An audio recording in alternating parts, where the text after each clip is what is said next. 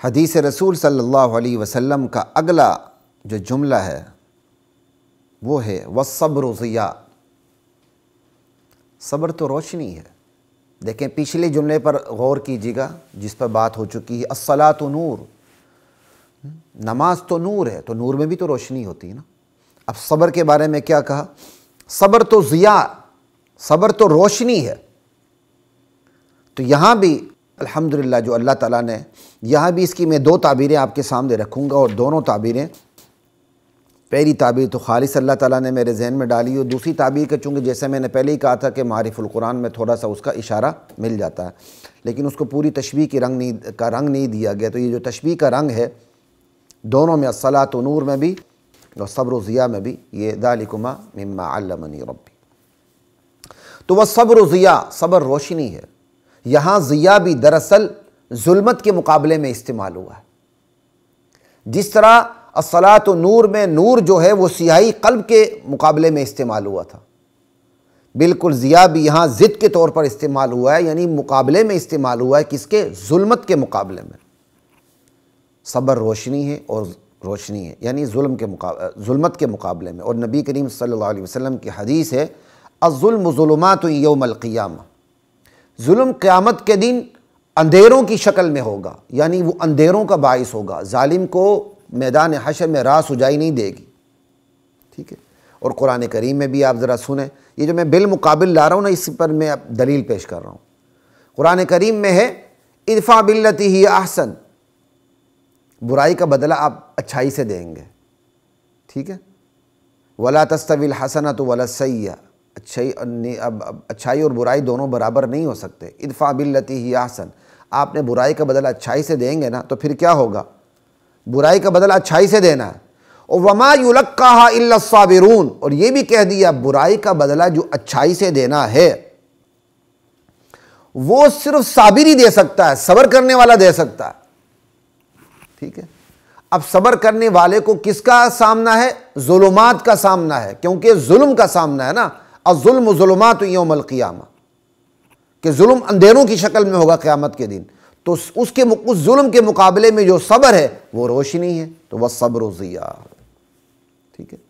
تو اب کہا کہ اچھائی کا جواب، برائی کا جواب، ظلم کا جواب اچھائی سے دینا، یہ صرف صبر والا ہی کر سکتا ہے۔ ظلم ہو رہا ہے، وہ جواب بدلے میں اچھائی سے دے رہا ہے، تو یہ اچھائی سے جواب دینا روشنی ہے، جیسے حدیث میں آ گیا صبر و ضیاء۔ تو یہ جو روشنی ہے وہ ظالم پہ اثر کرتی ہے، اسے صابر کا گرویدہ بنا دیتی ہے۔ اللہ اکبر کبیرہ والحمدللہ کثیرہ۔ صبر کی ظلم کیا ہے؟ وضع الشیء فی غیر محل، صبر کیا ہے؟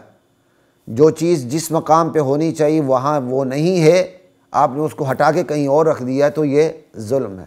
خیر اس کی میں زیادہ اس پہ نہیں جاؤں گا، جب مفصل احادیث پہ ہم بات کریں گے تو وہاں اس پہ بات ہوگی۔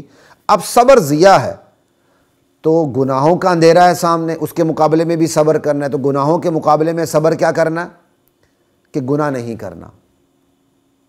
گناہوں کے مقابلے میں صبر، صبر عن المعصیہ، صبر علی المصیبہ، مصیبت پر صبر کرنا ہے، ڈٹے رہنا ہے، حق کو چھوڑنا نہیں ہے، ٹھیک ہے۔ تو یہ مصیبت رحمت بھی ہوتی ہے، یہ مصیبت زحمت بھی بن جاتی ہے۔ مصیبت اندھیرا کب بنتا ہے؟ جب بندہ ایمان سے ہی ہاتھ دھو بیٹھے، اعمال سے ہاتھ دھو بیٹھے مصیبت کو دیکھ کے، مصیبت میں پڑھ کے۔ اور مصیبت رحمت کب بن جاتی ہے؟ جب وہ مصیبت بندے کو اللہ کی طرف متوجہ کر دے، ٹھیک ہے۔ تو یہ وہ مصیبت جو اللہ سے توڑ دے بندے کو تو وہ اندھیرا ہی ہوگا نا، تو اس کے مقابلے میں صبر روشنی ہے کہ بندے نے اللہ سے تعلق کو توڑنا نہیں، صبر سے جوڑے رکھنا، ٹھیک ہے۔ تو گناہوں کا اندھیرا، وہ مصیبت جو اللہ سے تعلق کو توڑ دے اس کا اندھیرا، ٹھیک ہے۔ صبر علی الطاعہ، اللہ کی اطاعت پر جمے رہنا، سمجھائی۔ اور صبر علی المصیبہ، مصیبت پر صبر کرنا کیا مطلب؟ مصیبت پر صبر کرتے ہوئے موقف سے ہٹنا نہیں ہے، مصیبت پر بے صبری نہیں دکھانی، موقف سے ہٹنا نہیں ہے۔ اللہ اکبر۔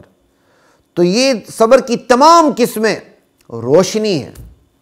اللہ اکبر کبیرہ والحمدللہ کثیرہ۔ تو یہاں دراصل ضیاء وہی بات ہو گئی کہ ظلمت کے مقابلے میں یہ لفظ استعمال ہوا ہے۔ اب اس کی جو دوسری تعبیر ہے وہ بھی آپ کے سامنے رکھ دیتا ہوں، وہ بھی الصلاۃ نور کی طرح۔ هو الذی جعل الشمس ضیاء، اللہ تعالیٰ نے کہا الصبر ضیاء، صبر روشنی ہے، تو قرآن کریم میں اللہ تعالیٰ نے سورج کو روشنی قرار دیا، هو الذی جعل الشمس ضیاء، کہ وہ اللہ ہی ہے جس نے سورج کو روشنی بنایا۔ تو اب آپ دیکھیں کہ خلاصہ کیا ہوا، صبر روشنی ہے تو سورج بھی روشنی ہے، تو گویا اللہ نے صابر بندے کو سورج سے تشبیہ دی ہے کہ صابر بندہ سورج ہے، ٹھیک ہے، جس کی روشنی اس کا صبر ہے۔ اللہ اکبر، جس کی روشنی اس کا صبر ہے۔ سورج کا سامنا کس سے ہوتا ہے بھائی؟ سورج کا سامنا اندھیروں سے ہوتا ہے، لیکن وہ اندھیروں سے جب سامنا ہوتا ہے تو سورج کیا کہتا ہے؟ خود اندھیرا نہیں بن جاتا۔ سورج کے سامنے جب اندھیرا ہوتا ہے تو سورج ثابت قدمی دکھاتے ہوئے انہیں روشنی فراہم کر کے ان اندھیروں کو بھی روشنی میں تبدیل کر دیتا ہے۔ اللہ اکبر، سمجھ آئی بات کی؟ ان اندھیروں کو بھی روشن بنا دیتا ہے، میرے اپنے لیے بھی، سب کے لیے بھی، ٹھیک ہے۔ بالکل اسی طرح جو اللہ کا صابر بندہ ہے اس کو اندھیروں کا سامنا ہوتا ہے، گناہ کے اندھیرے، وہ مصیبتیں جو اسے اللہ سے توڑنے کے لیے آئی ہیں، سمجھ آئی، اس کے اندھیرے، ٹھیک ہے، لیکن وہ صبر کے ذریعے روشنی فراہم کر کے ان اندھیروں کو روشنی میں تبدیل کر دیتا ہے، گناہ نیکی سے تبدیل ہو جاتی ہے، مصیبت راحت سے تبدیل ہو جاتی ہے، اور مصیبت راحت سے تبدیل نہ بھی ہو تو وہ مصیبت اللہ سے جوڑے رکھتی ہے تو خود ہی راحت بن جاتی ہے۔ تو گویا اللہ تعالیٰ نے صبر کو ضیاء کہہ کر صابر کو سورج سے تشبیہ دی، اور صابر کے صبر کو سورج کی روشنی سے تشبیہ دی۔ جس طرح سورج کی روشنی اندھیروں کو ختم کرتی ہے، ظلمت کو ختم کرتی ہے، صابر کا صبر کائنات سے اندھیروں کو ختم کرتا ہے، ظلم کو ختم کرتا ہے، اور ظالم کو صابر کا گرویدہ بنا دیتا ہے۔ اللہ اکبر کبیرہ والحمد للہ کثیرہ۔